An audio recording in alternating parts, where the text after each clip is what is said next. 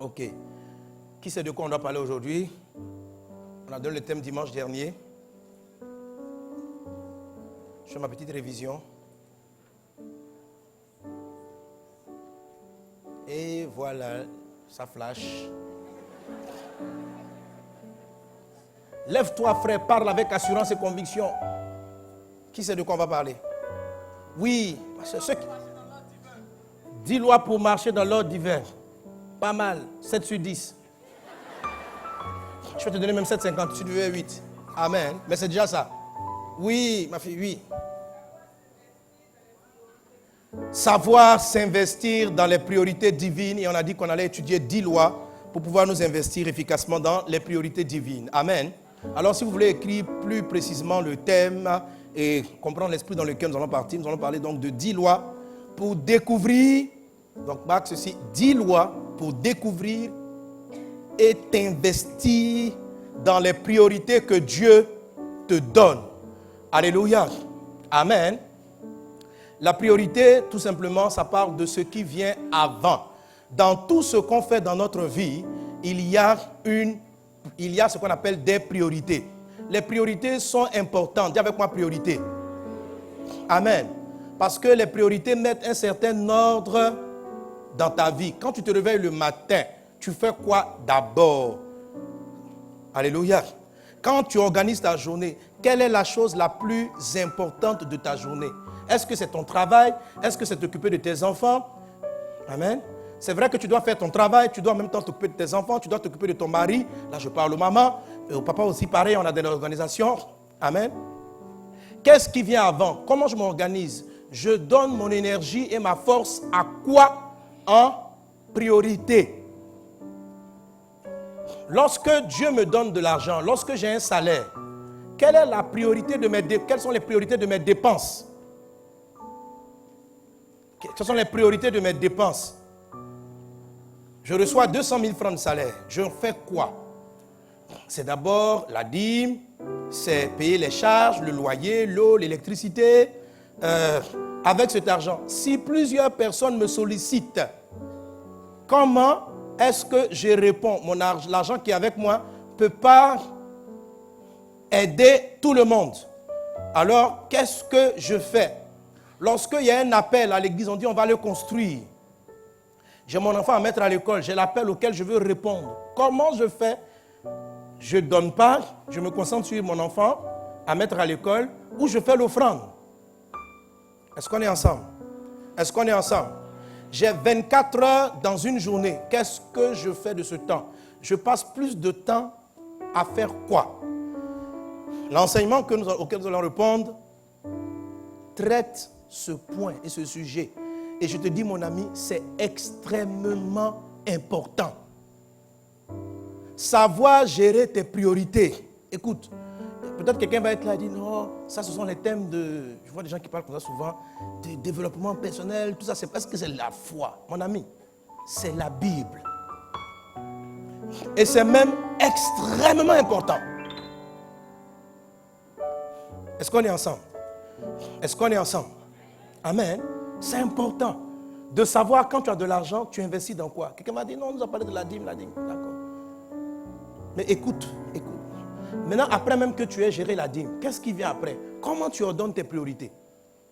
C'est très important de savoir. Lorsque ce qu'on appelle tes priorités ne sont pas organisées, il y a un trouble profond qui va prendre place dans ta vie. Le désordre peut détruire ta famille. Le désordre peut détruire tes finances. Le désordre détruit ta vie. Je vais vous dire quelque chose. Je crois que une des causes profondes, sinon du retard de l'Afrique et de nos vies, c'est le désordre. De la mort spirituelle de certains chrétiens, c'est le désordre. Quand vous voyez un chrétien très réveillé, rempli du Saint-Esprit, qui perd la foi, vous savez, il y a des gens qui sont loin du Saint-Esprit, qui prient, les malades sont guéris, les morts ressuscitent. Mais quelques temps après, tu vas voir, leur femme les quitte, leur foyer est troublé. C'est qui a entraîné cela? C'est le désordre. Dis avec moi, Seigneur, donne-moi de l'ordre. Amen. Pendant tout le temps que je vais traiter ce sujet, cette série, on va avoir ce genre de déco. Amen. Ce n'est pas pour décorer, c'est pour donner un message. Et vous l'avez déjà suivi. Dimanche dernier, j'ai dit que ce que j'allais traiter allait être un rappel sous un autre angle. Donc, dans la vérité, c'est la même vitamine qu'on a donnée plusieurs fois, mais qui revient sous un autre angle. Et je prie Dieu que Dieu nous aide à comprendre dans le puissant et précieux nom de Jésus. Quelqu'un donne un bon amen à Jésus. Amen. Amen. L'ordre est important. Moïse a reçu l'appel. Moïse a reçu l'onction de Dieu. Moïse est dans le désert. Il va vers sa destinée. Le Saint-Esprit est dans sa vie. Et il s'occupe de l'œuvre de Dieu. Nous sommes en Exode chapitre 18. Jéthro, son beau-père, qui est aussi sacrificateur de Dieu, vient voir Moïse et puis lui dit, par le Saint-Esprit, Moïse, tu n'es pas organisé dans la gestion du peuple. Tu n'es pas organisé dans la gestion du peuple. Il dit, si tu continues comme ça, tu ne vas pas atteindre Canaan. Ça veut dire quoi? Un homme désordonné, même si Dieu lui a parlé, même s'il a l'onction de Dieu. Et c'est ce qui trompe beaucoup de personnes. Ils croient que l'onction, la puissance, avoir le terme, avoir l'appel, on te dit, toi, Dieu va t'utiliser dans des affaires. Toi, Dieu va t'utiliser comme un grand prédicateur. Tu vas parcourir les nations. Ça, c'est ton Canaan à toi. Et Dieu avait donné ce Canaan-là aussi à Moïse. Mais Jéthro, par l'Esprit de Dieu, vient lui dire, tel que tu t'organises dans l'encadrement du peuple de Dieu, tu ne vas pas arriver à Canaan. Le désordre est une des raisons pour laquelle beaucoup de chrétiens n'entrent pas dans leur destin. Dieu leur a parlé, Dieu leur a donné les moyens, mais ils n'atteignent pas le but parce que leur organisation régulière, la façon dont ils gèrent leur temps, la façon dont ils gèrent l'argent, la façon dont ils gèrent tout ce qui est dans leur vie est désordonnée. Dis avec moi, Seigneur, donne-moi de l'ordre dans le nom de Jésus. Souvent, on sous-estime cela. On croit que la présence de Dieu est suffisante pour nous donner d'atteindre le but. Lisez Exode 18, j'en ai longuement parlé. Dieu dit ceci à Moïse. Jéthro dit ceci à Moïse de la part de Dieu. Tu vas t'épuiser. Tu vas être fatigué. Et il finit par dire, il dit à un moment donné, tu ne pourras plus obéir à Dieu. C'est ce qui s'est passé par exemple avec les apôtres. Ils sont montés sur la montagne avec Jésus. Jésus leur dit, mes amis, demain il y a une grande tentation qui arrive. Priez avec moi afin que le diable ne vous emporte pas dans la tentation. Les disciples disent, on ne va pas te renier. Mais il dit, priez. Les disciples ont souhaité prier, seulement ils étaient trop fatigués. Le corps était fatigué, parce que peut-être que dans la journée, au lieu de se reposer, ils avaient fait beaucoup d'actions. Et quand il s'agit de prier, Jésus a dit cette phrase, l'esprit est disposé. C'est-à-dire, dans ton être intérieur, il y a la bonne disposition pour la prière. Mais la chair est faible. La chair était fatiguée. Et ils ont dormi au lieu de prier une heure. Le lendemain, ils ont renié Jésus. J'ai compris que beaucoup de chrétiens tombent dans les pièges du diable parce qu'ils sont désordonnés. En quoi il y a eu du désordre? Dans la journée qui a précédé la nuit où Jésus leur a demandé de prier, il y a un moment où ils auraient dû se reposer. Souvent, Dieu, sachant qu'il va arriver certaines choses importantes dans ta vie, va te conduire à te dire, fais la sieste. Aujourd'hui, là, relaxe-toi, repose-toi. Tu vois, il y a un week-end qui se lève comme ça, il dit non, lève-toi, va en famille, va à la plage et puis détends-toi. Parce que ce qui arrive demain, tu auras besoin de ressources. Mais les disciples, au lieu de se reposer, parce que la nuit, Dieu allait leur dire, maintenant priez. Toi, au lieu de te reposer à l'heure du repos, c'est en ce moment-là que tu profites pour aller te promener, bavarder avec des gens. Et c'est ce que les disciples ont fait. Le soir, mon ami, ton corps est fatigué. Si tu as passé toute la journée à courir, même si ton esprit est bien disposé, ton corps va dormir. Et les disciples se sont endormis. Le lendemain, ils ont renié Jésus. Le péché arrive à cause du désordre. C'est le désordre. À l'heure où il fallait se reposer, les disciples étaient en activité. Combien de gens ont eu des drames dans leur vie à cause du désordre? Ils ont été épuisés lorsqu'ils devaient être debout. Moralement, émotionnellement, ils ont le désordre. Que Dieu t'accorde l'ordre divin dans le nom de Jésus. Que l'ordre divin soit ton partage dans le nom de Jésus. L'ordre divin, c'est savoir faire les bonnes choses au bon moment. Le désordre, je vous l'ai dit, c'est faire les mauvaises choses au mauvais moment, mais c'est aussi faire les bonnes choses au mauvais moment. Alléluia. Alléluia. La partie la plus compliquée dans l'ordre ou dans le désordre, c'est ce qui est bien à faire. C'est savoir faire ce qui est bon au bon moment. Ce qu'on va apprendre, c'est, quand par exemple je vais rendre visite, c'est une bonne chose. Mais est-ce que c'est le moment de le faire? Comment j'arrive à savoir ça? C'est très important. Et de manière spirituelle, vous allez voir que si vous savez par exemple rendre visite à des frères au moment de Dieu, chaque visite, ou bien c'est dans ce mouvement-là que vous allez rencontrer les personnes de votre destin. Par exemple, si Dieu a prévu que tu aies rendez-vous avec ton mari, l'homme que tu vas épouser, à 18h, à 17h, au culte, à la réunion de la tribu, Dieu a calé ça pour ce jour. Parce que Dieu fait toutes choses bonnes en son temps. Et que toi, tu ne veux pas trop travailler au boulot. L'heure de la descente, c'était 16h, mais tu as voulu faire du zèle. Tu as travaillé jusqu'à 23h. Et quand l'heure d'aller à la cellule est arrivée, tu dis, frère, je suis trop fatigué, j'ai bossé toute la nuit. Le supplément que tu as fait sur le boulot, c'est du désordre. Ton travail finissait à 17h. Ce que tu as ajouté jusqu'à 23h, c'est du désordre. Et cette fatigue-là te poursuit et t'empêche d'aller à la rencontre de ce que Dieu a prévu pour toi. Je te dis que tu as raté beaucoup de faveurs à cause de ton désordre. Je te dis que tu as raté des rendez-vous divins parce que tu étais en train d'aller bavarder avec Gasparette pendant que tu devais dormir à la maison et rester avec ton mari. Dis Seigneur, donne-moi l'ordre. L'ordre divin. Quelqu'un est-il avec moi? Amen. Maintenant, il y a deux formes d'ordre et d'organisation. Il y a l'organisation humaine et il y a l'organisation divine. Elles ne sont pas pareilles. Alléluia. Mais donne-moi encore, peut-être que je te rappelle encore un avantage de l'ordre. Lorsque Jésus a voulu multiplier les pains, il arrivait et dit, est-ce qu'il y a à manger? On dit non. Il dit, donnez-leur vous-même à manger. Lisez les textes. La Bible dit, Jésus a demandé qu'on les asseye en groupe de 50. Pourquoi 50? Il a organisé le peuple. Et c'est après ça que le pain s'est multiplié. Pour que tes ressources s'accroissent, Dieu multiplie toujours tout. Ton argent que tu as n'est pas suffisant pour tes défis de demain. Est-ce que tu sais ça? Et tu ne vas pas fuir. Mon ami, la vie va croître. La vie va devenir plus chère. Donc arrête de murmurer. C'est toi, tu dois augmenter tes entrées. Est-ce que tu comprends ça? Amen. C'est le système de l'inflation. C'est comme ça, la vie avance. Les choses deviennent de plus en plus chères. Tout simplement. Amen. Parce qu'il y a beaucoup plus de consommateurs chaque fois. Plus il y a des gens qui consomment. Amen. C'est la loi de l'offre et de la demande. Donc, il y a beaucoup plus de demandeurs. Les prix augmentent. Il y a beaucoup de demandeurs pour moins de production. Les prix augmentent. Et là, on est 7 milliards sur la terre. L'année prochaine, tu penses qu'on va tomber à 4 milliards? Pourquoi les prix vont baisser? Les prix vont augmenter. Donc ta seule solution, ce n'est pas de faire les grèves, c'est d'augmenter tes entrées. Amen. Donc la vie augmente, toi aussi tu augmentes. La vie augmente. Il faut être comme un bateau. Dis, on va être sur un bateau. Le bateau n'a pas de problème. Petit eau, il est tranquille. Si tu augmentes l'eau, lui aussi il monte. Fais monter l'eau comme tu veux. Il flotte. Tu dois flotter dans la vie. Amen. Tu ne dois pas être un plomb. Tu dis, pourquoi la vie augmente? Je suis coincé. Et puis à un moment donné, les choses sont tellement chères que tu es noyé. Si tu comprends cet enseignement, rien ne va te noyer. Tu vas surnager, quelles que soient les situations et les pressions. Que l'ordre divin soit ton partage dans le nom de Jésus. Que l'ordre divin soit ton partage dans le nom de Jésus. Amen. Mais l'ordre, comme j'ai dit, toute organisation donne des résultats. L'ordre humain peut te donner de prospérer, par exemple, matériellement. Si tu es bien organisé financièrement, tu vas développer l'argent. Mais si tu es bien organisé, tu peux développer même ton intelligence. Mais l'homme est beaucoup plus complexe que le matériel.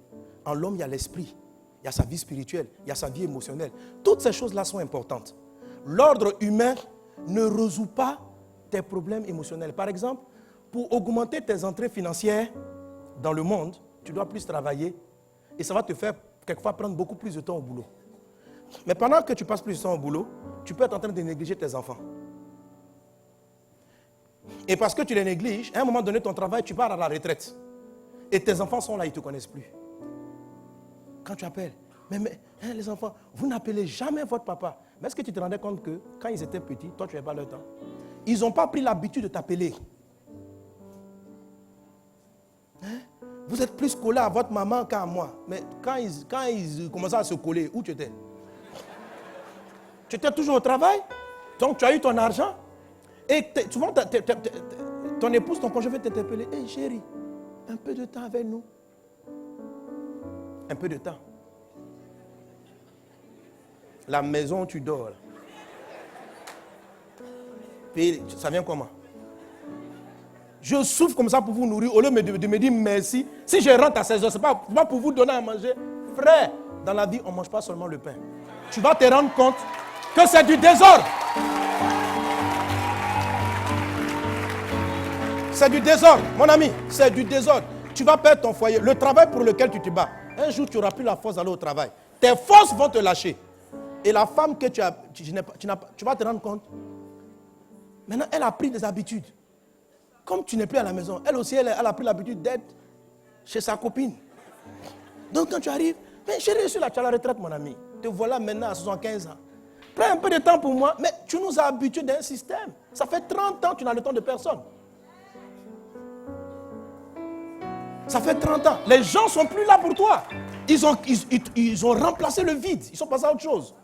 Et maintenant tu arrives, ton travail a lâché. Tes collègues de bureau ne se souviennent même pas de toi. Toi qui as déployé, tu es fier de dire, ces lois-là, c'est moi qui les ai amenées. Si la banque est comme ça, c'est moi. Et puis, est-ce que tu te souviens du DG de la banque que tu connais d'il y a 30 ans? Tu le connais? Tes enfants se souviennent de toi, la banque ne se souvient pas de toi. Tu vois, il y a un moment donné, Dieu n'a jamais dit de ne pas travailler. Mais tu as utilisé une mauvaise priorité à un moment donné. Et ça a créé du désordre. Et à la fin, ta vie est malheureuse. Pourquoi? Professionnellement, tu étais organisé. Mais dans l'ordre divin, tu étais désordonné. L'ordre divin est beaucoup plus large. Il tient compte du corps, de l'âme et de l'esprit. L'ordre humain, c'est un paramètre. Les gens veulent du profit. Quelqu'un est-il avec moi? Quelqu'un est-il avec moi? De la même manière, il y a une forme de désordre aussi spirituel. Quelqu'un est-il avec moi? Amen. Amen. Il y a des gens qui prient. Tu es marié, tu passes toute la journée à prier à l'église.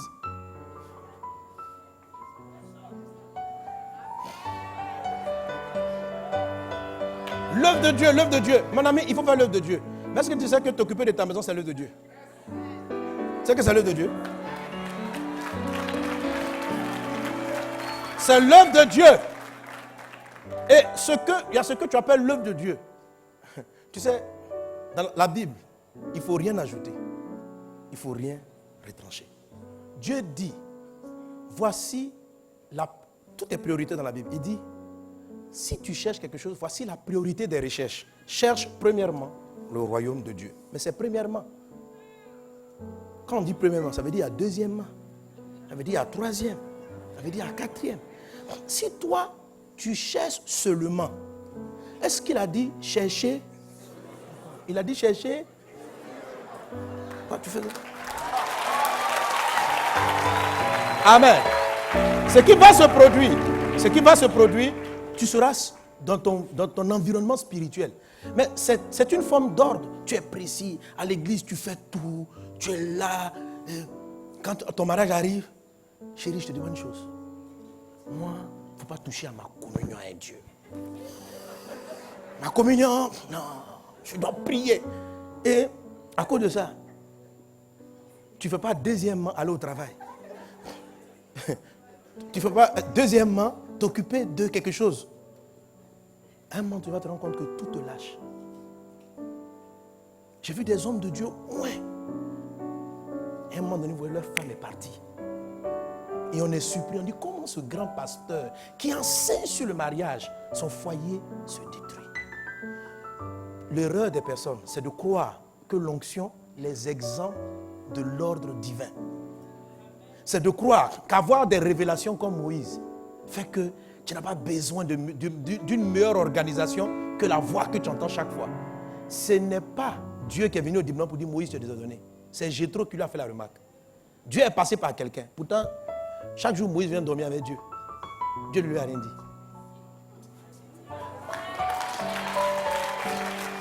Dieu ne lui a rien dit. Je sais que Dieu te parle, mais il y a des conseils bibliques qui passent par la bouche d'autrui. Il faut entendre la voix de Dieu à l'intérieur. Jéthro était dans la voix. Dieu était dans la voix de Jéthro. Dieu parlait avec Moïse face à face, mais il parlait aussi par Jéthro. Mais l'ordre de Jéthro était limité. L'ordre humain, l'organisation humaine n'est pas négative, elle est juste limitée. Elle est juste incomplète. Donc elle résout des problèmes, mais elle en crée d'autres. Quand Moïse a appliqué l'ordre de Jéthro, l'organisation de Jéthro est une bonne organisation, mais c'est une organisation humaine. On aura l'occasion de l'étudier. Moïse, malgré cette vie, cette forme d'organisation qu'il va adopter, va avoir des problèmes dans son foyer. Vous savez que la femme de Moïse est partie à un moment. Après, on l'a ramenée. Oui. Amen. Oui. À un moment donné, en Nombre chapitre 11, Moïse dit à Dieu, je suis fatigué. Mon travail, je suis épuisé. Je déprime. Moïse a fait une dépression.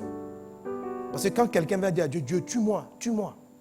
C'est une manière de déprimer. C'est une dépression. Moïse a déprimé. Il dit, je ne veux plus vivre, je ne veux plus vivre. Le grand Moïse a fait une dépression. Et c'est là que Dieu va lui dire, le conseil que je t'ai donné, c'était bien, mais c'était incomplet. Je vais te donner l'ordre.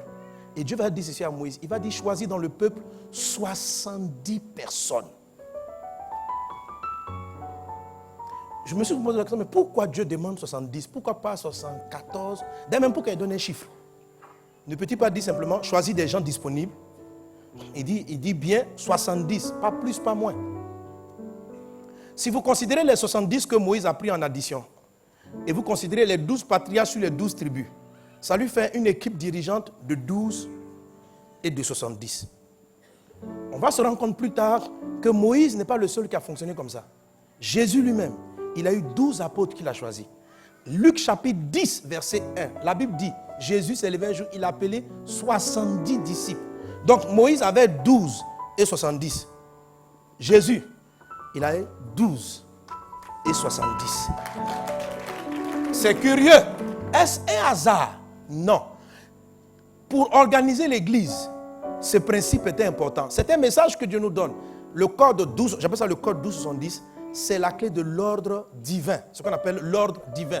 Écoutez, l'univers, ou la terre et l'univers, est organisé sur ce principe de 12, 70. Mais 70, quand on dit 70, en fait, c'est 7. C'est 10 fois 7. Amen. Cette partie des chiffres, si tu n'as pas compris, ce n'est pas grave. Amen. Je vais t'expliquer après. Faut comprendre que tu dois être ordonné. Okay. Amen. Il faut comprendre ça. Alléluia. Maintenant, je dis, il y a deux formes d'organisation. Il y a l'ordre divin, il y a l'ordre humain. Voilà. Si tu as compris ça, c'est l'essentiel. Amen. Maintenant, ceux qui veulent aller plus en profondeur, l'ordre divin a un code cyclique qu'on appelle 12-70. Quand Judas est parti, il y avait 2 personnes capables de remplacer Judas. On n'a pas pris 13 apôtres, on en a pris 12 parce qu'il faut rester à 12. Il ne faut pas passer à 13. Est-ce que vous suivez? Vous me suivez? Ce n'est pas une affaire de personnes disponibles, c'est une affaire d'ordre. Sinon, en termes de personnes disponibles, parce qu'on a dit, Judas est parti, il faut un remplaçant.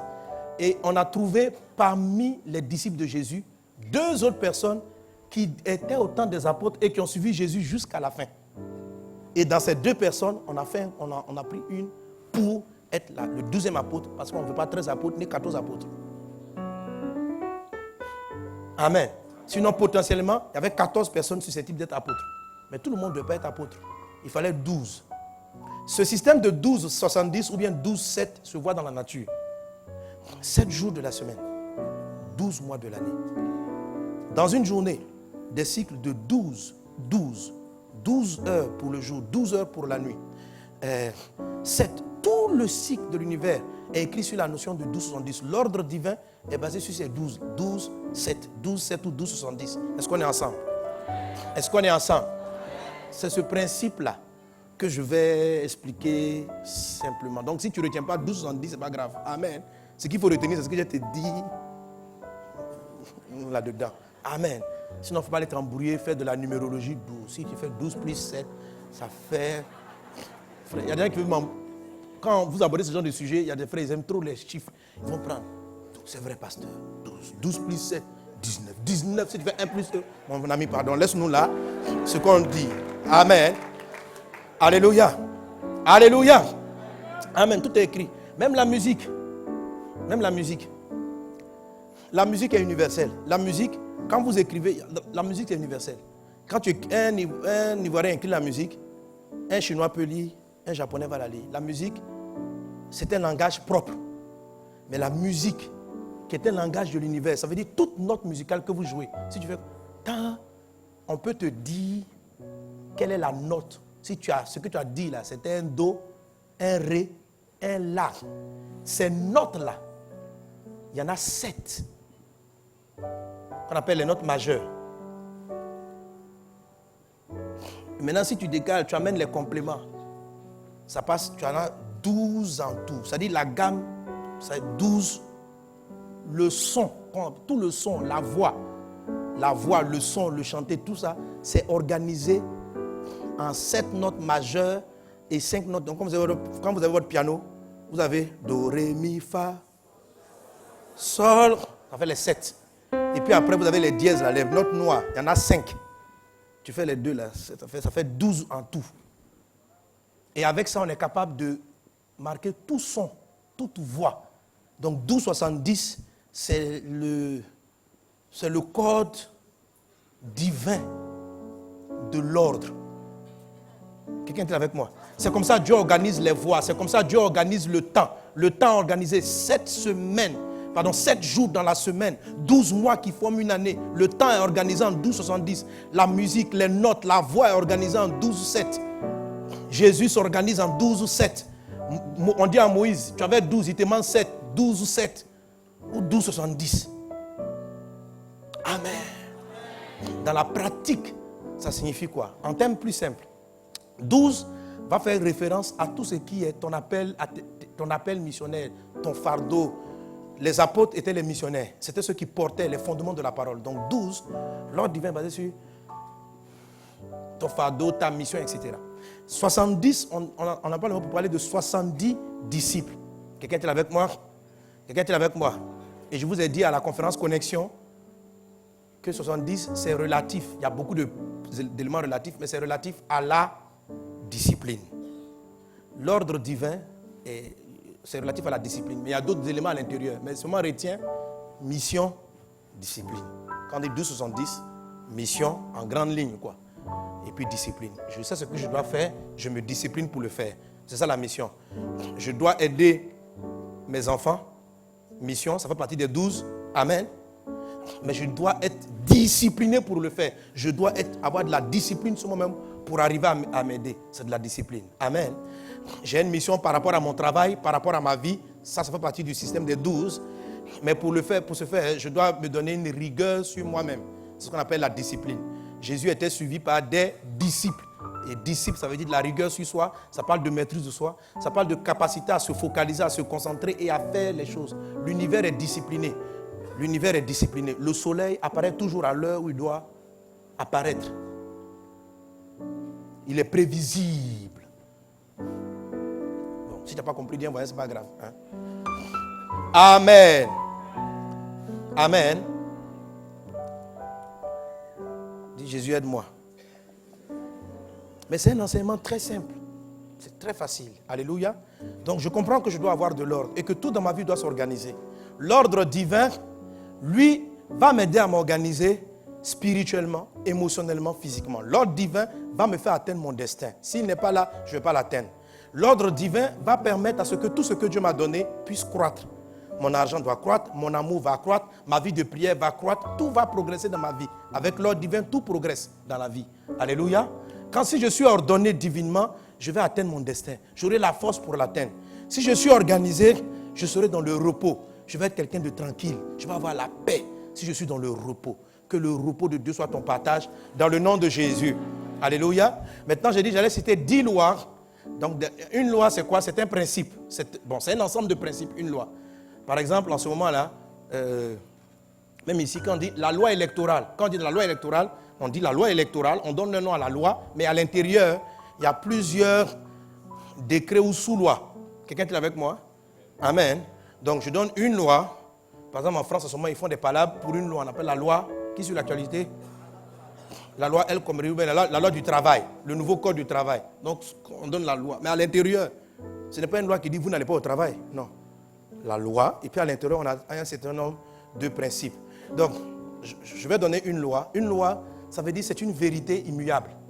Les lois des hommes on peut les bouger, mais les lois divines sont immuables. Dieu soutient l'univers par ses lois. Quelqu'un est avec moi?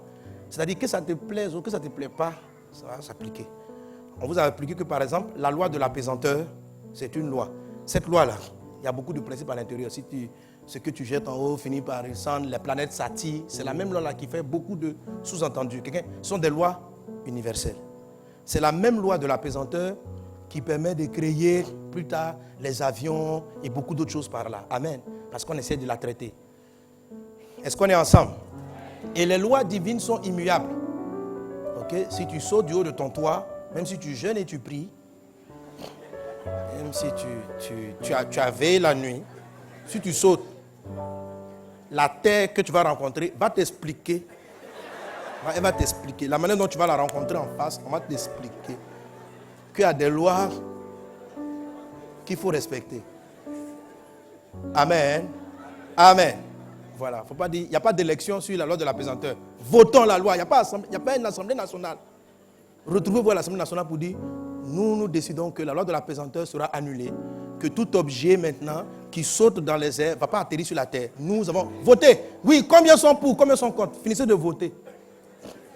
Quand vous avez voté contre, allez vous mettre sur le toit de l'hôtel d'Ivoire et sautez. Vous allez voir si la loi a changé. Ça n'a rien à voir avec votre loi de l'Assemblée nationale. Je parle des lois éternelles et des lois divines. Amen. Quelqu'un est-il avec moi? Alléluia. Ce sont des lois immuables et il faut le savoir. Elles soutiennent l'univers, elles soutiennent l'environnement. Et l'ordre divin permet à votre âme, à votre esprit d'être équilibré, de jouer les notes avec Dieu. Et ça fait la paix. En dehors de cela, vous allez connaître le stress, l'angoisse, la dépression, le découragement, l'abattement.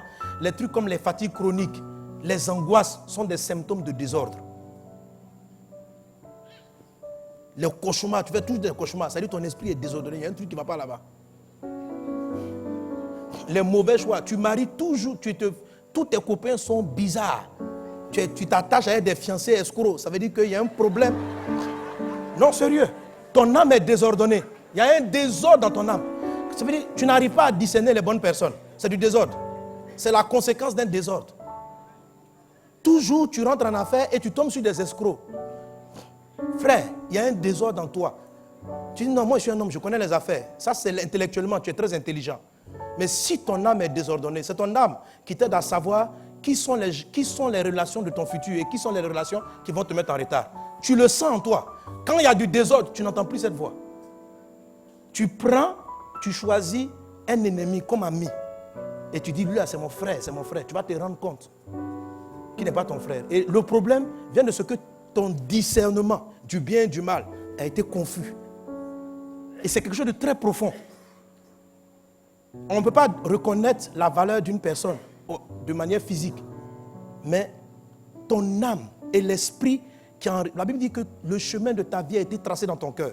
Ton esprit sait avec qui sont tes amis. Tu le sais avant même que tu ne le sais, avant ta naissance. Mais cette voix intérieure, tu peux l'éteindre à cause du désordre. Si ton esprit est désordonné, tu vas l'éteindre et tu vas avoir de mauvaises relations. Tu peux donc perdre beaucoup d'argent, perdre du temps, ne jamais rentrer dans ton destin, tout simplement parce que ton esprit est désordonné. Que Dieu t'accorde l'ordre divin dans le nom de Jésus. Que Dieu t'accorde l'ordre divin dans le nom de Jésus. Alléluia. Alors, amen. L'ordre, maintenant on va étudier les principes pour devenir ordonné. Qui veut être ordonné? Qui veut être divinement ordonné? Amen. Donc on va étudier les principes, comment on reconnaît l'ordre et surtout, maintenant après, comment on se discipline pour réaliser ce qui est prévu. Amen, amen. Amen. Là.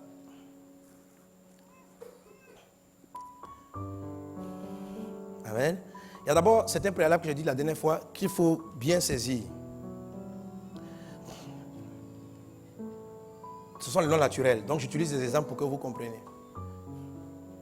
Chaque saison, une vie est constituée de saisons. Ça veut dire de périodes. Il y a la saison où tu es un enfant auprès de tes parents, tu es bébé. Il y a une saison où tu deviens adolescent, jeune homme, adulte, etc. Il y a la saison où tu es célibataire, il y a la saison où tu es marié. Il y a la saison où tu es marié avec un travail, il y a la saison où tu es marié peut-être sans travail. Il y a la saison où vous avez des enfants. Vous voyez, ce sont des étapes importantes de la vie qui apparaissent comme ça. Vous me suivez? La vie, elles sont importantes. Amen. Chaque fois que tu entres dans une nouvelle saison, c'est-à-dire il y a une nouvelle donne qui prend place dans ta vie, on appelle donc une nouvelle saison de ta vie. À chacune des saisons de ta vie, il y a un ordre qui va avec. Quelqu'un me suit? Alléluia. Il y a une organisation que tu dois mettre en place chaque fois que tu entres dans une nouvelle étape de ta vie, on la voit dans la croissance de l'église. J'enseigne souvent au pasteur que la manière dont vous organisez une église de 50 personnes, il y a un ordre pour gérer une église de 50 personnes. Pour que l'église passe à 100, il y a une manière de traiter cela. Ce n'est pas la même chose. Et il faut en être conscient. De manière plus littérale, ce sont des choses que vous rencontrez dans votre vie. D'où peut venir le désordre? Quelqu'un qui, pendant la saison scolaire, la saison estudiantine, se donne à son travail, étudie, passe dans une journée de 24 heures, il passe 12 heures, 13 heures, 15 heures en train d'étudier. Il dort, il étudie, papier, boulot. C'est super, tant qu'il est étudiant. C'est la vérité présente. Lorsqu'il a fini et il se marie, s'il transporte ce même système de travail dans son foyer, il va perdre son mariage. Quelqu'un me suit? On n'a pas dit de ne pas travailler, mais tu ne peux pas travailler, avoir le même rythme de travail dans un foyer avec des enfants comme lorsque tu étais étudiant. Amen. La saison a changé, ton organisation aussi doit changer. Il y a un moment donné, tu étais marié, tu n'avais pas d'enfant. Il y avait un ordre. Il y avait une manière d'aller au travail, une façon de revenir, un temps pour aller visiter les amis. Mais maintenant, vous avez des enfants. Est-ce que tu sais que l'ordre va changer? Si vous vous comportez de la même manière, vous pouvez ne pas trouver de temps pour éduquer vos enfants. Il y a une nouvelle saison, il y a une nouvelle donne, il y a une nouvelle organisation qui prend place. Est-ce qu'on est ensemble? Donnez-moi amen. Donnez-moi amen. Amen. Ok. Quand un nouveau travail arrive dans ta vie, tu demandes à Dieu de t'élargir, de te bénir d'une promotion. Une promotion amène dans ta vie de nouvelles responsabilités. Lorsqu'elles arrivent, tu entres dans une saison. Il y a la saison où tu avais le poste subalterne et il y a la saison où tu es promu. Entre les deux changements, il y a un ordre qui doit prendre place. Tu ne peux pas garder la même organisation que tu avais quand tu n'avais pas le poste et essayer de la conserver quand tu as eu la promotion. L'ordre divin est fonction des saisons. Est-ce qu'on est ensemble? Amen. Alléluia. Alléluia. Gloire à Dieu. Gloire à Dieu. Amen. Amen. Et c'est par exemple ce qui fait perdre souvent les foyers à des gens. Il faut travail, prière. Il y a un temps pour ta femme, mon ami. Il y a un temps pour les enfants. Le fait qu'ils soient arrivés dans ta vie fait que tu dois repositionner. Et ça ne va pas diminuer ta spiritualité. Bien au contraire. Parce que ce n'est pas parce qu'on prie plus qu'on est meilleur. Ce n'est pas parce qu'on prie comme Dieu veut qu'on prie qu'on est meilleur. Donc si Dieu a prévu dans cette saison-là que tu passes à 3 heures de prière, si tu pries avant 10 heures par jour, quand la saison arrive, tu dois prier 3 heures. Si tu restes à 10 heures, c'est du désordre. Et tu vas le sentir, frère, tu vas le sentir en live. Tu vas le sentir. Tout le reste, Dieu ne comptabilise pas ça. Et il y a des personnes, c'est l'heure d'aller au travail. Dieu d'abord. Tu ne vas pas au travail, tu pries. Mais mon ami, pourquoi tu arrives en retard? Le matin, quand je me suis levé, j'étais dans une inspiration. Et ton inspiration est l'onction. Tu as dit ça à ton directeur, que l'onction est tombée sur toi. À l'heure de venir au travail, je ne pouvais pas déroger au Saint-Esprit. Ce n'est pas le Saint-Esprit, c'est le désordre. C'est le désordre. Et tu arrives au bureau à 10 heures, frère. Parce que c'est un frère qui dirige la boîte. Tu veux lui expliquer qu'à 10 heures, le Saint-Esprit te parlait. À 9h30, on doit te renvoyer. Tu es désordonné. Tu vas faire tomber la société. Tu es un élément dangereux. Désordre.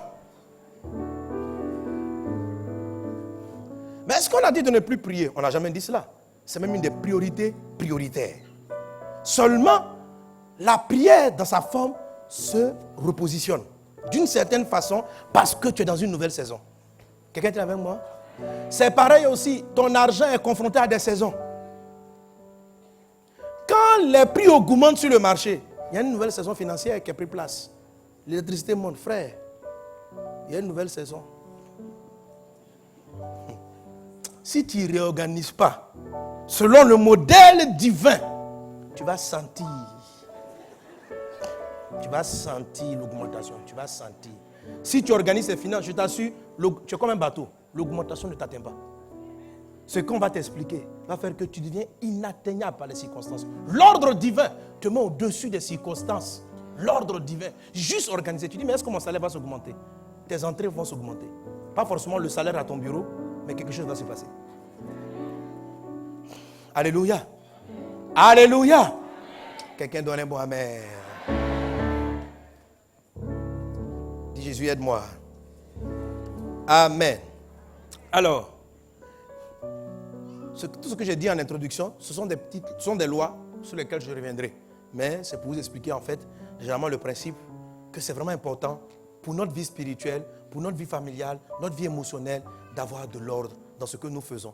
C'est déjà important de savoir qu'on a des saisons. Donc je sais maintenant, tu sais maintenant que ce que je faisais avant, amen, et la loi que je vais dire va stabiliser en fait toutes ces choses-là, amen, en nous. Donc la première loi des 10, je l'appelais en termes simples de la confusion au repos. Mais le vrai nom pour que tu retiennes, c'est du tohu-bohu au sabbat. Ou bien la loi des tohu-bohu et sabbat. Donc écrit la loi des tohu-bohu et des sabbats. Amen. Si tu veux pas, si c'est trop compliqué, tohu-bohu, ce qui n'est pas compliqué, tu mets confusion, repos. Le sabbat, c'est le repos de Dieu. Amen. Amen. Le sabbat, c'est le repos de Dieu.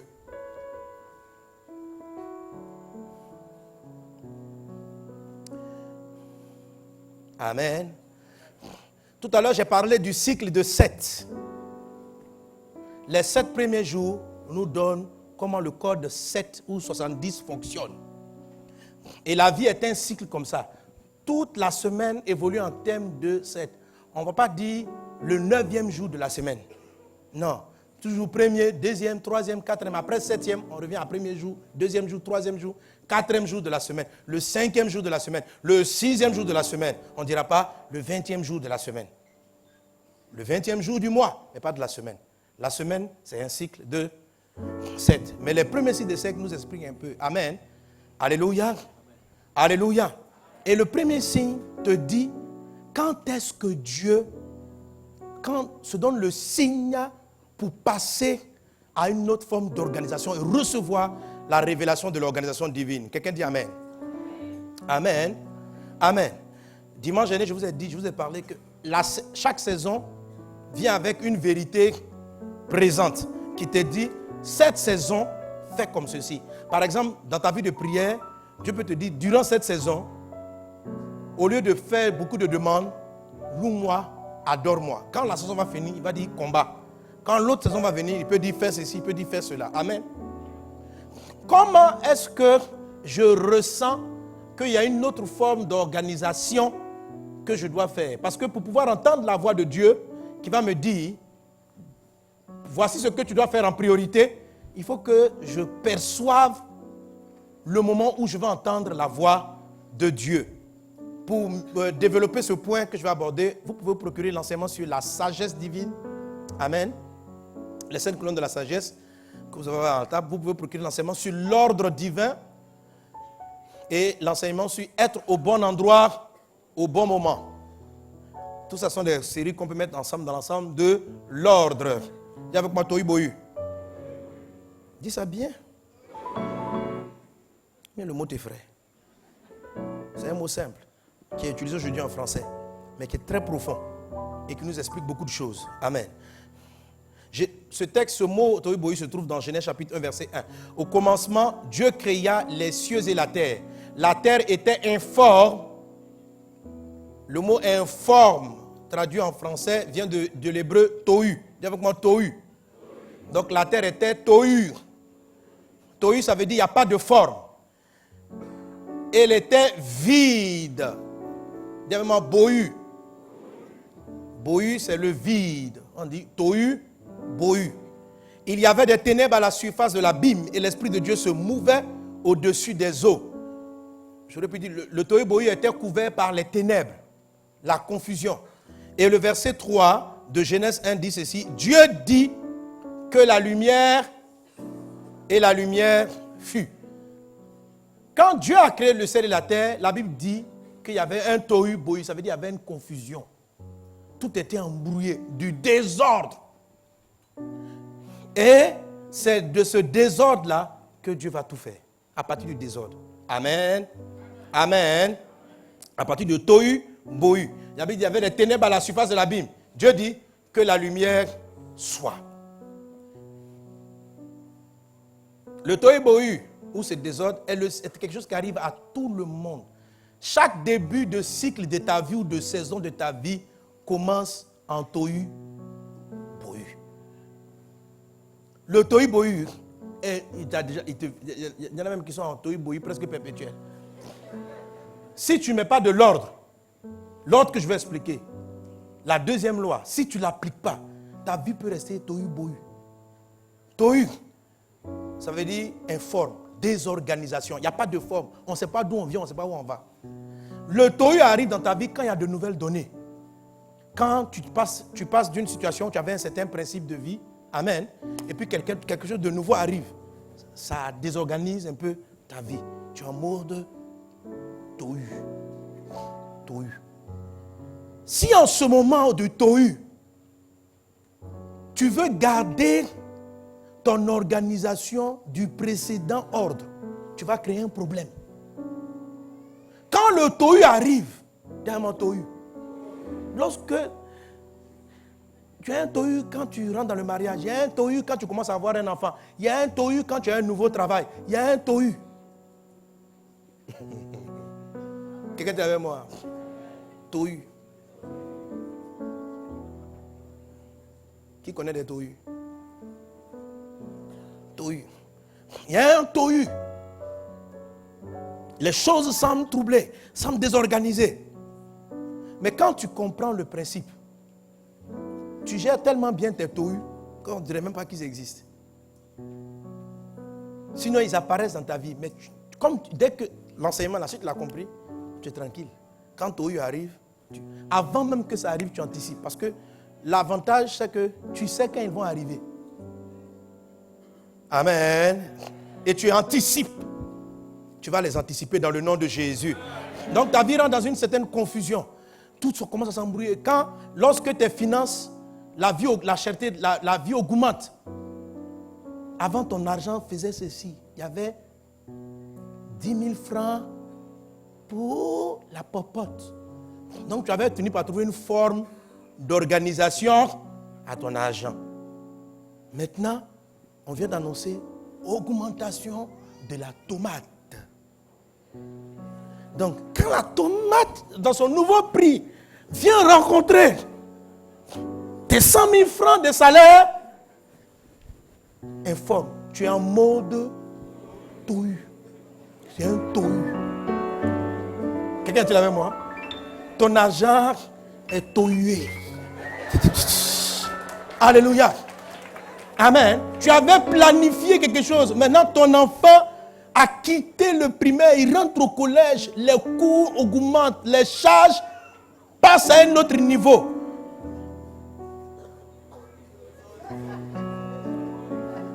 Non, pas boyer encore. Non, il faut aller doucement. On ne dit pas toi à la fois. Tu es en mode tohu. Tes finances sont quoi? Non, vous savez, bientôt on va créer notre dictionnaire base d'honneur. Amen. Qui va faire ça? On a quoi? Les ponérages, ponérés, ponette, la quoi? La vivance. Ah oui? Mais chaque fois on crée des mots. Amen. La vie est comme ça. Il y a toujours de nouvelles donnes. Elles peuvent être négatives, on peut les percevoir négativement. Mais en réalité, ce n'est pas négatif. C'est annonce juste. Le tohu t'annonce que Dieu va te faire croître. Dieu va t'augmenter. Dans ta vie, tu es appelé à aller plus haut que ce que tu es. Dans la vie, tout doit croître. Toi, tu ne peux pas stagner. La Bible dit, Jésus-Christ croissait en sagesse, en grâce et en stature. Toi, pourquoi tu ne crois pas? Pourquoi tu ne grandis pas? Tout doit évoluer. Amen. Le tohu t'annonce une nouvelle organisation. Que Dieu ouvre tes yeux pour savoir ce que tu dois faire bientôt. Dans le nom de Jésus. Dans le nom de Jésus. Alléluia. Donc ce sont des choses qui arrivent dans ta vie. Ce sont des nouvelles données. Amen. Même les données positives peuvent créer. Ce n'est pas seulement les négatives qui créent du désordre. Même les données positives. Un travail, tu viens pour ça, où tu dois prendre tout le temps l'avion. Où tu peux rester un mois en dehors de la famille. Ça peut créer des problèmes. Si tu ne réorganises pas ça, tu peux tout perdre. Que Dieu t'accorde l'ordre divin dans le nom de Jésus. Dans le nom de Jésus. Amen. Suivi avec cela du bohu. Le bohu, c'est le vide. Marc. L'absence. Quand ta poche est vide, ta poche est en bohu. Amen. Vraiment bohu. Bohu. Qui est... Mon frère, je n'ai pas dit, toi-même, il faut mettre un verbe là-dessus. Qui est bohifié, bohitisé, Ok, c'est-à-dire, tu n'as pas suffisamment de ressources pour répondre. C'est ce qu'on appelle le vide. Tu te trouves dans une situation, si c'est un pasteur, par exemple, l'église doit grandir, mais tu n'as pas la force et l'onction pour passer à l'étape suivante. Tu n'as pas les moyens. Tes enfants sont arrivés à un certain niveau. Dans ton cœur, l'Esprit te dit, ils doivent aller dans telle école. Mais quand tu regardes tes entrées par rapport à ta vision, tu es en mode tohu, bohu. Tohu, parce qu'il y a une nouvelle donnée. Ça rend les choses informes. Bohu, parce que ce que tu disposes ne peut pas gérer la suite. Un tohu bohu peut apparaître. Tu avais fait tes calculs dans le mois. Et puis tu apprends subitement qu'un oncle a eu un accident. C'est du tohu bohu. Tu dois réorganiser toutes tes finances subitement. C'est un signe. Mais pas un signe forcément négatif. Un signe positif. La terre était informe et vide et Dieu a dit ceci, que la lumière soit. Quand le tohu bohu se présente, il y a la voix de Dieu qui est prêt à parler. Que la lumière soit. Pour mettre de la lumière, de l'éclairage dans cette nouvelle donnée. Le tohu bohu t'annonce que Dieu s'apprête à t'éclairer, à te donner une nouvelle vision des choses qui vont arriver. Amen. Ce n'est pas mystérieux, c'est juste qu'on ne peut pas mettre de l'ordre là où on ne voit pas. Amen. Il faut avoir une visibilité. Il faut avoir une visibilité. Alléluia. Et la lumière vient après. Donc la lumière va suivre. C'est pourquoi l'ordre divin ou la vérité présente, que la lumière soit, c'est la vérité du moment. L'ordre vient, la parole vient au moment où tu commences à passer par ces périodes de troubles et de confusion. Garde le calme. Ton Dieu est au contrôle. Quelqu'un est-il avec moi? Ton Dieu est au contrôle. Ton Dieu veut te faire changer de vase. La Bible dit ceci. On ne met pas du vin nouveau dans de vieilles outres. Le vin nouveau, c'est quoi? C'est ce qu'il y a de nouveau dans ta vie. C'est les faveurs nouvelles. Pour que Dieu te donne des faveurs nouvelles, il est préférable que le vase. Qu'est-ce que c'est que le vase? C'est le récipient avec lequel on accueille les faveurs divines. Donc, si tu as le récipient de la saison dernière, la grâce nouvelle qui arrive ne peut pas rentrer. Quelqu'un dit avec moi? Il dit, quand tu prends du vin nouveau, tu le mets dans de vieilles outres. Quand le vin commence à fermenter, l'outre se brise. Si tu veux du nouveau vin, prends une nouvelle outre. Et il dit encore ceci dans ce même passage, on ne met pas un habit, un tissu neuf sur du vieux tissu. Vous savez ça, non? Si tu prends ce qui est, le neuf va déchirer l'ancien. Quand Dieu veut faire quelque chose de nouveau dans ta vie, il va changer ton système. Parce que s'il ne change pas le système, ce qui va arriver va détruire ta vie. Le vase qui reçoit le vin nouveau, amen, c'est l'organisation. Quand Dieu veut donner plus de bonheur à ta famille, il doit réorganiser la famille. Quand Dieu veut t'envoyer plus d'argent, il doit te réorganiser. Quelqu'un est avec moi? Parce que beaucoup d'argent, si tu es avec ton ancienne mentalité, organisation, peuvent te tuer. Une promotion peut faire du mal à quelqu'un. Un nouveau ministère, au lieu d'être une bénédiction, peut lui créer des problèmes s'il reçoit cela dans un vase vieux. Amen. Matthieu chapitre 7, verset 17. Donc, sois conscient. La loi du tohu bohu te dit, alléluia, que quand le tohu bohu se présente à ta vie, il faut savoir que tu dois amener une nouvelle organisation divine va prendre place. Qu'il en soit ainsi dans ta vie, quel que soit ce que tu traverses, que Dieu te donne l'organisation et la bonne gestion du temps, la bonne gestion au nom de Jésus. Quelqu'un me donne amen. Quelqu'un donne un bon amen. Quelqu'un donne un bon amen. Alléluia. Alléluia. Est-ce qu'il y a des gens en mode tohu bohu qui est dans une saison tohu bohu?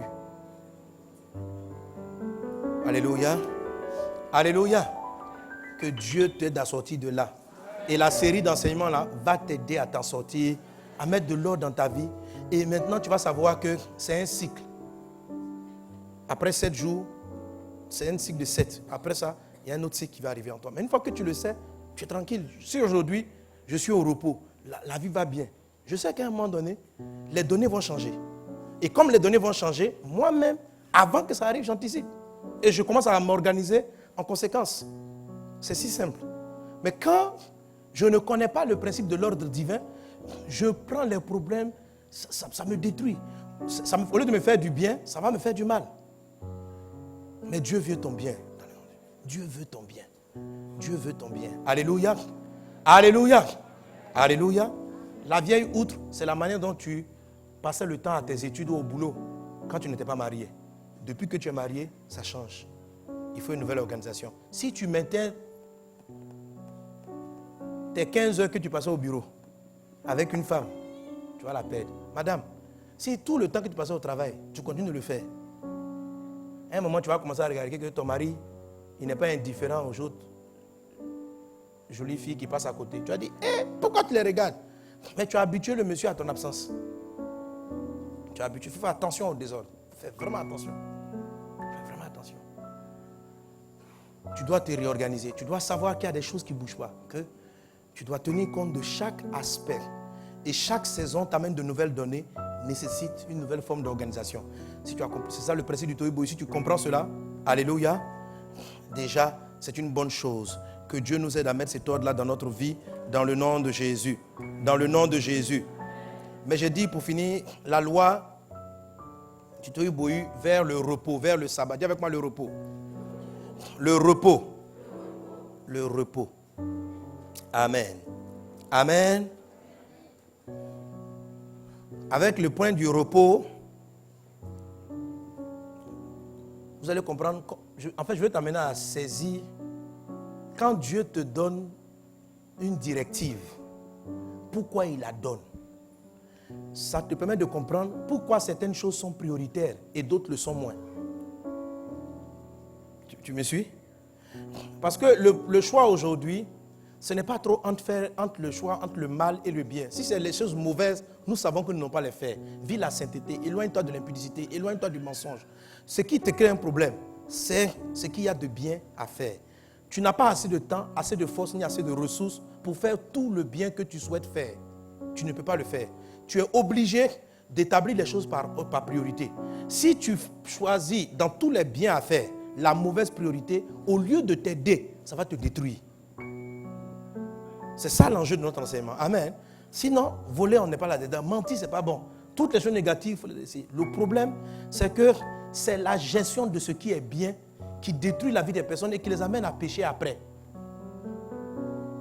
C'est le temps qu'ils devaient rester avec leurs femmes, avec leurs conjoints, qu'ils ont manqué de faire, qu'ils se sont retrouvés ailleurs.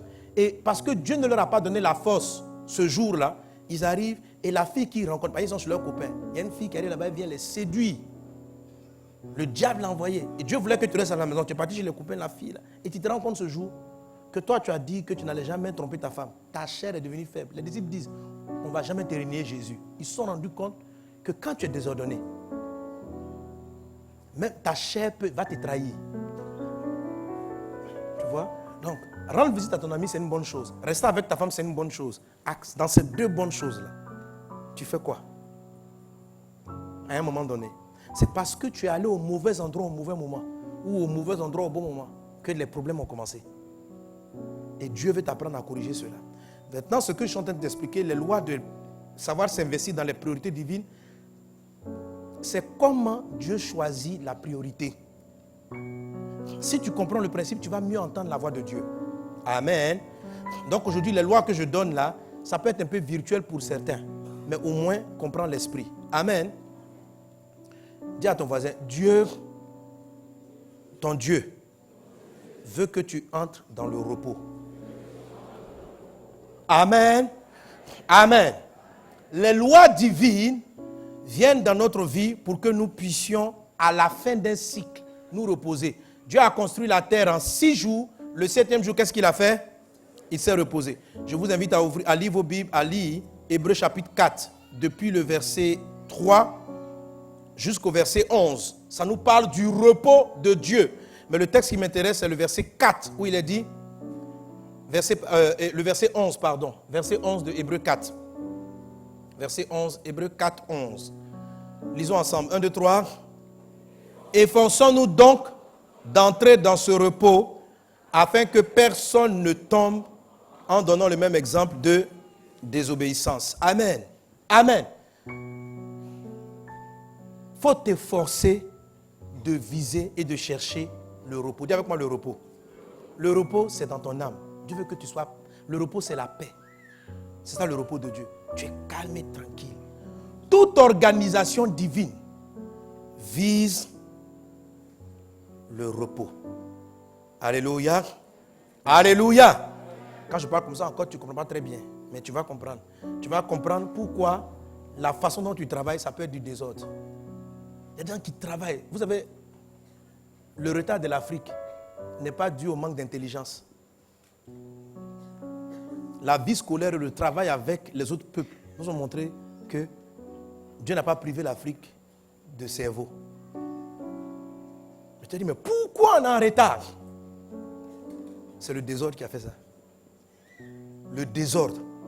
Et un premier élément du désordre, ça vous paraît simple, mais c'est que l'Afrique, les Africains en général, ne cherchent pas le repos.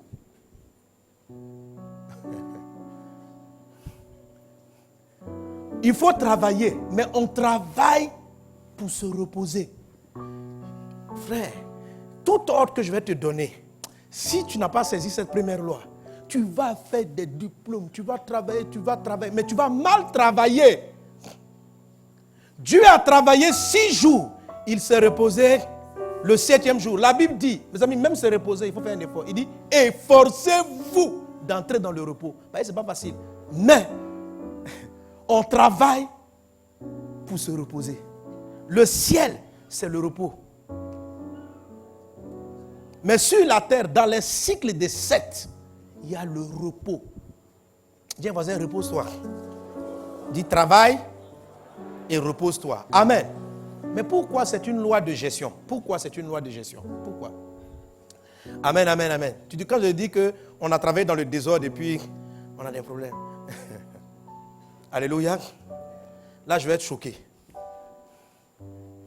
Mais pardon, il faut bien comprendre mon message.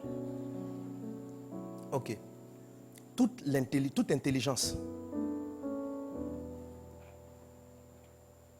Bon, je vais reformuler et ça sera plus facile. Regarde, quand on parle de l'ordre, on est dans l'ordre, n'est-ce pas? Quand tu vas organiser ta chambre, ou bien tu as des habits à mettre dans un placard, quand tu les organises, quels sont les habits que tu mets au-dessus, faciles à prendre? C'est lesquels? Ce sont lesquels? Ceux que tu utilises régulièrement, ok? Et ceux que tu mets en dessous, ceux que tu utilises moins. C'est pas ça? Plus rarement, ok? C'est ce qu'on appelle de l'ordre, c'est de l'ordre. Si quelqu'un vient, il fait son placard, et l'habit qu'il utilise rarement, c'est lui qui met au-dessus. Et ce qu'il utilise rarement, ce qu'il utilise tous les jours, c'est ce qu'il met en dessous. Quand tu vois, le placard est rangé. Mais est-ce qu'il est ordonné? Il est désordonné. Donc, le fait d'être rangé, ça ne veut pas dire que c'est ordonné. Quelqu'un me suit? On peut plier, repasser, puis tout déposer. Mais si tu as mis l'habit de tous les jours en bas, et l'habit rare, c'est lui que tu as mis au-dessus. Quand les gens vont rentrer dans ta chambre, ils vont dire, mais tu es rangé. Il y en a qui vont dire même ordonné. Mais quand Dieu regarde, il dit, tu es désordonné. Parce que tous les jours, tu souffres. Qu'est-ce que tu fais? Tu viens, tu soulèves tout pour aller prendre ton polo de maison. Tu déposes tout. Ah, quand tu vas là, tu déranges encore. Tu rends, on dit, mais mon ami, mais l'habit là, dessus, c'est quel désordre? C'est du désordre. Tu perds du temps. Maintenant, dis-moi, pourquoi tu mets l'habit facile, l'habit usuel? Pourquoi tu le mets au-dessus? Dans le but de moins souffrir. Parce que si tu le mets en dessous, tu souffres, tu fais beaucoup plus d'efforts. Parce que tu déranges, tu réarranges. Tu déranges, tu réarranges. Donc, tout ordre, l'ordre, recherche la facilité, recherche à la fin de l'histoire à moins faire. C'est ce qu'on appelle le repos. Le repos, c'est où tu es, je ne dirais pas oisif, quoi, tu te détends. Maintenant, je te dis encore. Alléluia. Alléluia. Amen. Ceux qui deviennent très intelligents, parce que tout le monde a la sagesse, tout le monde sait réfléchir, mais l'intelligence se développe, ou bien tu améliores ta sagesse et ton organisation. J'ai envie de dire, je veux te dire que pour réussir, il faut beaucoup travailler, il faut être un peu paresseux. Il faut chercher. J'étais choqué, hein? La paresse, ce n'est pas bien, mon ami. Mais il faut, l'ordre divin, qu'on appelle le repos. Jésus dit, efforcez-vous à rentrer dans le repos. Il est fondé sur la recherche du repos, du sabbat. Dieu fait 6 jours et il se repose. L'homme doit agir ainsi. Regardez, tout ce qui a fait évoluer la terre, le monde, c'est basé, ça veut dire, ce sont des idées de paresseux.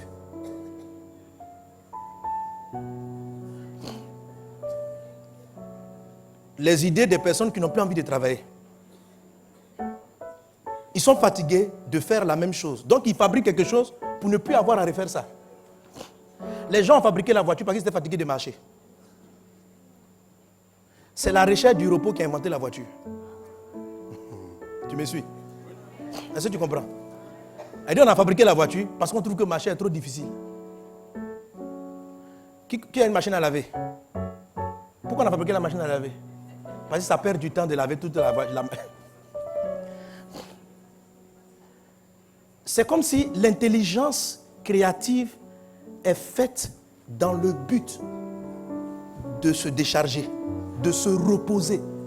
Maintenant, quand tu développes ton intelligence, pas pour chercher le sabbat, le repos, tu vas avoir du désordre.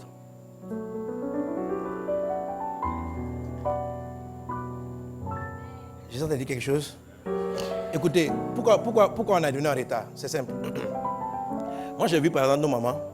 Moi, ça m'est arrivé quand j'étais petit. On nous dit qu'on n'a qu'à laver les assiettes et laver les habits. On lave. Moi, j'ai vu que, et tout le monde sait que quand tu es assis, tu fournis moins d'efforts. Mais les grands-mères me disent, paresseux, lève-toi, tu vas travailler. C'est-à-dire que nous, l'Afrique exalte.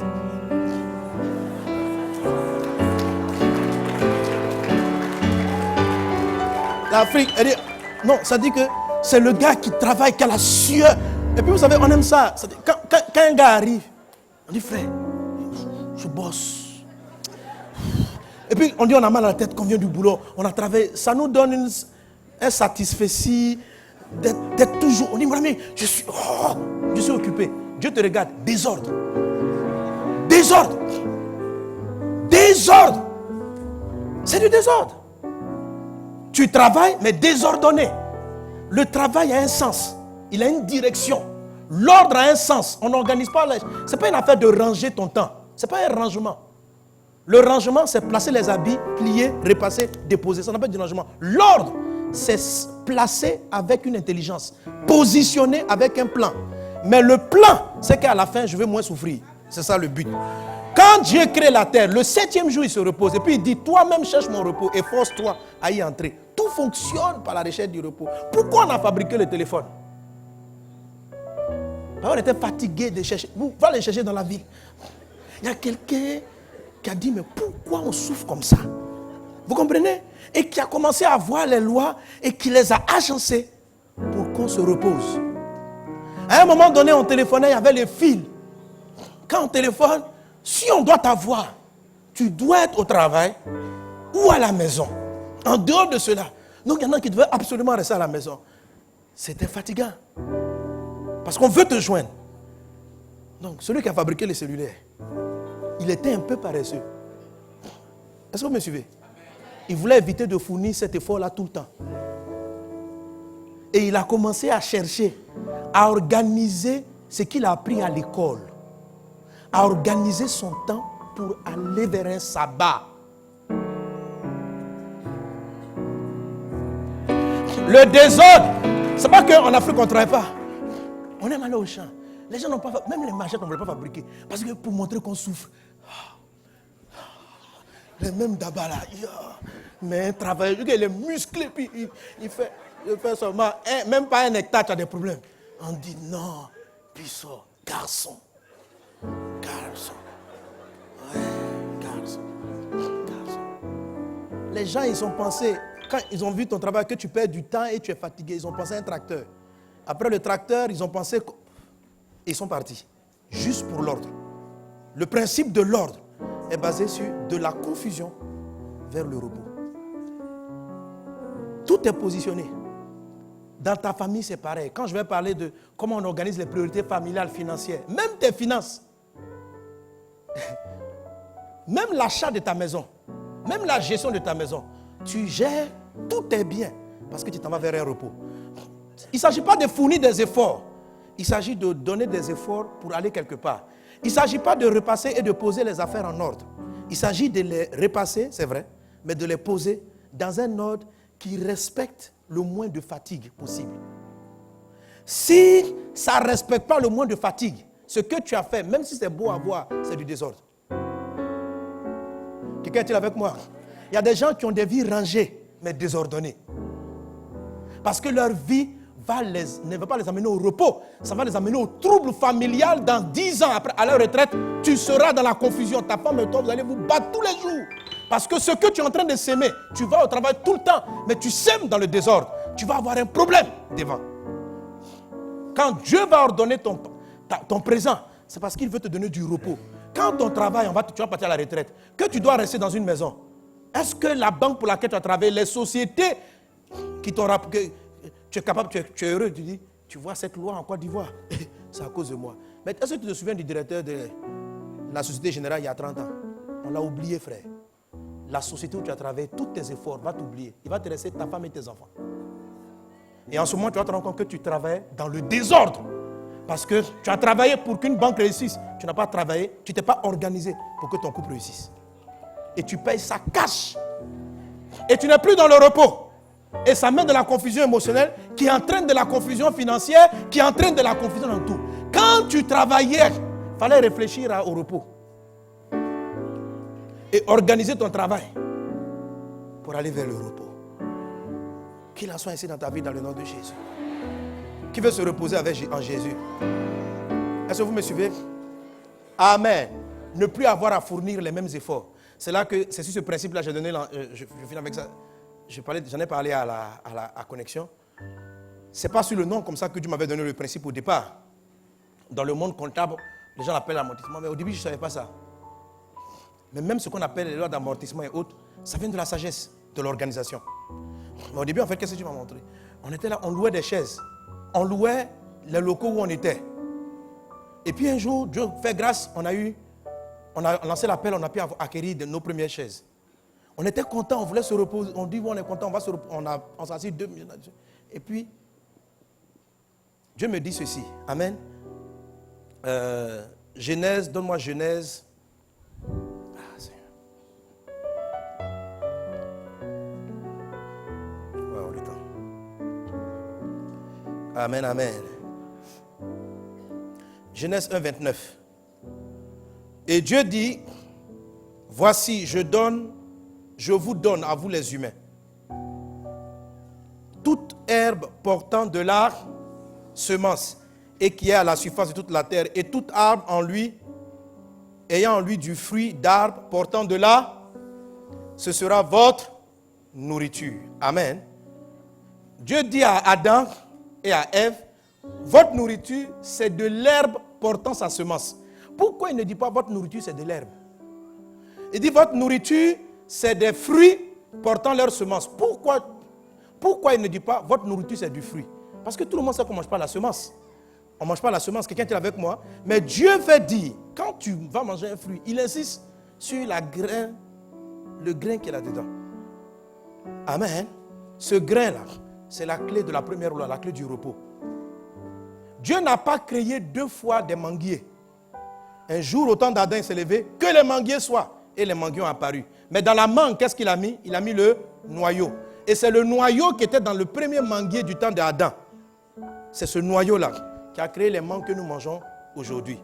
Les grains qui étaient dans le raisin de la première création, Dieu n'est plus jamais revenu sur la terre pour planter une vigne. Il a planté une fois. À l'intérieur, il a mis des pépins. Et c'est ce qui a recréé jusqu'à aujourd'hui les autres semences. Dieu se repose. Quand Dieu crée, il crée en même temps le système de reproduction. C'est ça le but du repos. C'est-à-dire, je ne vais pas souffrir 2e fois. Est-ce que vous me suivez? Amen. Maintenant, il dit à l'homme, ce que je te donne à manger, c'est tout fruit qui porte sa semence. Amen. C'est-à-dire, même quand tu prends ton salaire, tout ce que je te donne, veille à ce qu'à l'intérieur il y ait sa semence. Et cela, je vous expliquais ainsi. Quand on a eu la première chaise, c'est ce test-là que Dieu m'a donné. Et vous êtes dans cette église, vous avez remarqué que, est-ce que vous êtes, je suis venu puis dire, mes amis, nos chaises sont gâtées, faisons une réunion, une offrande pour les chaises. Vous avez déjà fait cette offrande ici. Depuis que tu as déjà fait une offrande pour acheter les instruments, mais il y a toujours des instruments. Il y a toujours des chaises. Il y a d'autres offrandes pour d'autres sujets, mais pas pour ceux-là.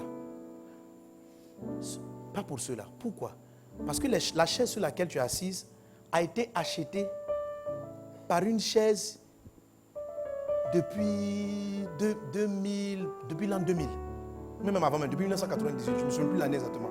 C'est la chaise de là-bas qui a acheté celle-là. C'est la première guitare qu'on a eue qui a acheté tout ce que tu vois là. C'est pourquoi je ne te parle plus de données.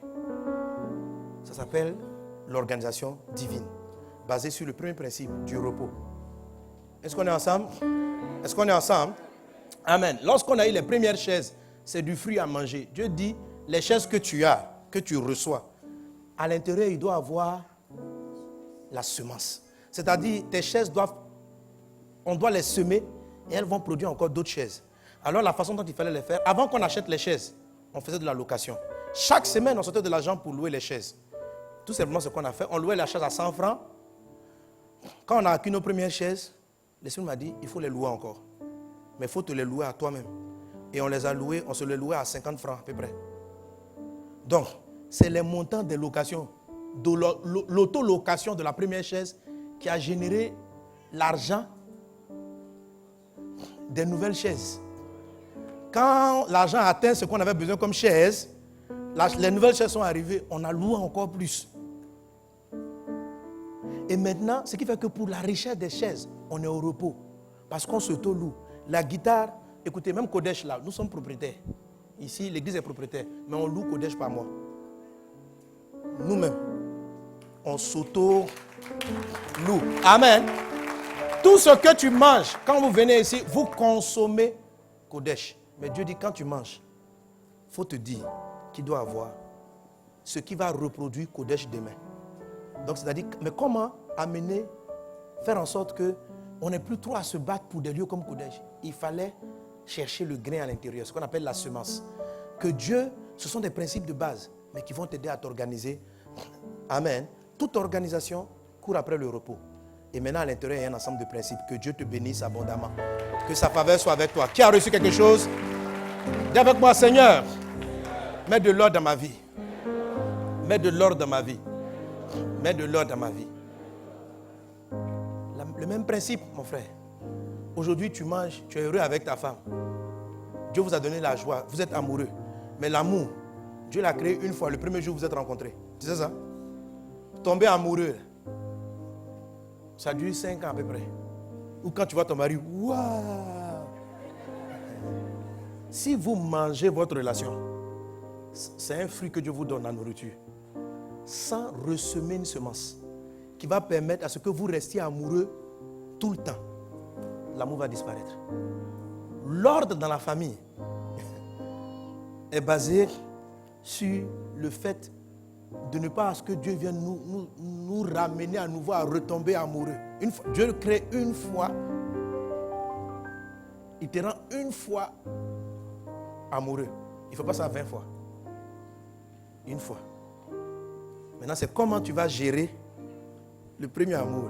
Si tu manges tout le frère et les pépins, tu manges, tu dis nous nous aimons, nous nous aimons. Le noyau même est amer. Tu croques le noyau là, nous nous aimons, nous nous aimons, nous nous aimons. Et un moment, tu as dit, oh Dieu, je l'aime de moins en moins. Renouvelle. Tu as mangé les pépins, on renouvelle comment? Vous êtes aimé jusqu'à vous avez fini. Vous êtes épuisé. Et pourquoi les gens divorcent en cascade? C'est le désordre qui fait ça. Il n'y a plus l'amour. Vous mangez le fruit et le pépin. Vous mangez. Frère, même dans les poulets, Dieu a mis les os. Mais les os là, tu manges, arrête. Frère. Amen. Tu finis avec tout. Les mangeurs d'arrête. Bon, on m'a dit non, pasteur, l'arrête là, on ne va pas. L'arrête ne va pas créer un autre poisson. Là, je suis d'accord avec toi. Mais il y a des parties quand même, il faut laisser, frère. Et tu prends le poisson, mon frère, tu ne retrouves rien dans l'assiette. Rien. Les yeux, tout est parti. Non, c'est bon. Il dit, pasteur, pas de gaspillage. Il ne faut pas de gaspillage. Non, je suis d'accord avec toi. Amen. Que Dieu vous bénisse. Que sa grâce soit avec toi. Alléluia. Amen.